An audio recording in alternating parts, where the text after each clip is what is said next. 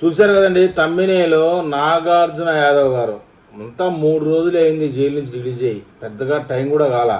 పోయి రావడం, జగన్మోహన్ రెడ్డిని కలవడం, అంతలేకి మళ్ళీ నోటికి పని చెప్పాడండి. అసలు డిఎస్సి పేపర్ లీక్ కాలేదురా ముర్రో, నువ్వు కావాలంటే గూగుల్లోనో చాట్ జీపీటీలోనూ కొట్టుకొని చూసుకోరా అంటే వినరండి. డిఎస్సి పేపర్ లీక్ అయింది, డిఎస్సి పేపర్ లీక్ అయింది. మీ పార్టీ వాళ్ళకి ఉద్యోగాలు ఇచ్చుకున్నావు, మీ పార్టీ వాళ్ళకి ఉద్యోగాలు ఇచ్చుకున్నావు. ఇవి ఇచ్చుకోవడానికి ఉద్యోగాలు వాలంటీర్ ఉద్యోగాలు కాదురా నాయన అన్న, వినడం లేదండి. నీట్ పేపర్ లీకేజ్ అయితే కేంద్ర మంత్రి రాజీనామా చేశాడంట, ఇక్కడ డిఎస్సి పేపర్ లీక్ అయితే నారా లోకేష్ రాజీనామా చేయాలంట. వీడు నిన్న కాక మొన్న తెలంగాణ సీఎంని తిట్టి జైలుకు పోయిస్తే వచ్చిన వెంటనే మళ్ళీ నోరు తెరిచాడండి. ఏదో ఉంటారులే కుక్కుని అలా పద్ధతిగా అనుకున్నారు. పోలీసులు ఏం పెద్దగా కోటింగ్ ఇచ్చినట్టు లేరు, మళ్ళీ మొదలెట్టాడండి. కావాలంటే నాగార్జున యాదవ్కి అందరూ సవాల్ చేస్తున్నారండి. డిఎస్సి పేపర్ లీక్ అయినట్టు నువ్వు పోలీస్ కేసు పెట్టి నిరూపించు, తర్వాత కావాలంటే నీ రాజీనామా గురించి అడగరా నాయన అంటే, అది కాదు.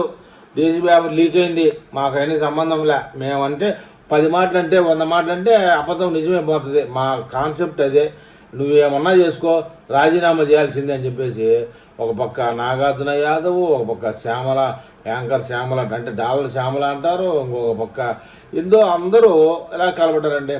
అసలు టార్గెట్ ఏంటంటే మొన్నటిదాకా పవన్ కళ్యాణ్ టార్గెట్ చేశారు, ఇవాళ నుంచి నారా లోకేష్ని డిఎస్సి పేపర్ లీకు అంటూ ఎద్దావ చేస్తున్నారండి. విషయం ఏంటంటే డిఎస్సిలో నిన్నగాక మొన్న హైకోర్టు కీలకంగా ఒక జడ్జిమెంట్ ఇచ్చింది. డిఎస్సిలో లీకేజ్ లేదు, ఏమీ లేదు, 16,000 మందికి మంచి ఉద్యోగాలు వచ్చాయి అని చెప్పేసి కోర్టే యాక్షన్ తెలిసింది. ఈ మగవాళ్ళందరూ పోయి కోర్టుకు పోయారనమాట.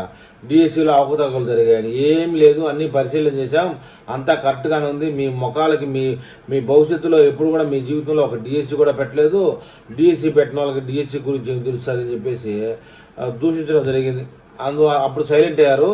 ఇవాళ ఆ కేంద్ర ప్రభుత్వంలో ఆ విద్యాశాఖ మంత్రి రాజీనామా చేసి దాన్ని పట్టుకొచ్చి ఇక్కడ నారా లోకేష్ మీద మాట్లాడుతున్నారు. అయితే తెలంగాణలో ఐటీ మినిస్టర్గా ఉన్నటువంటి కేటీఆర్ ఉన్నప్పుడు టీపీసీసీ పేపర్ లీకేజ్ అయితే దాని గురించి మాట్లాడరు. కావాలంటే మన తెలంగాణ ముఖ్యమంత్రిని తిడతారు. ఈయన కానీ శ్యామల కానీ ఎవరైనా సరే ఇలాంటి విషయాల్లో కేటీఆర్ జోలికి పోరు. ఎందుకంటే ఇక్కడ వైఎస్ఆర్సీపీ పేటీఎం బ్యాచ్లో తెలంగాణ బీఆర్ఎస్ మిక్స్ అయి ఉంటుంది కాబట్టి వాళ్ళనంటే ఏం లే, దోమన పోతుంటే కొట్టి తంతారనమాట. అందువల్ల ఇప్పుడు పవన్ కళ్యాణ్ కొద్ది రోజులు పక్కన పెట్టారు. ఇప్పటి నుంచి లోకేష్ బాబుని టార్గెట్ చేస్తున్నారండి.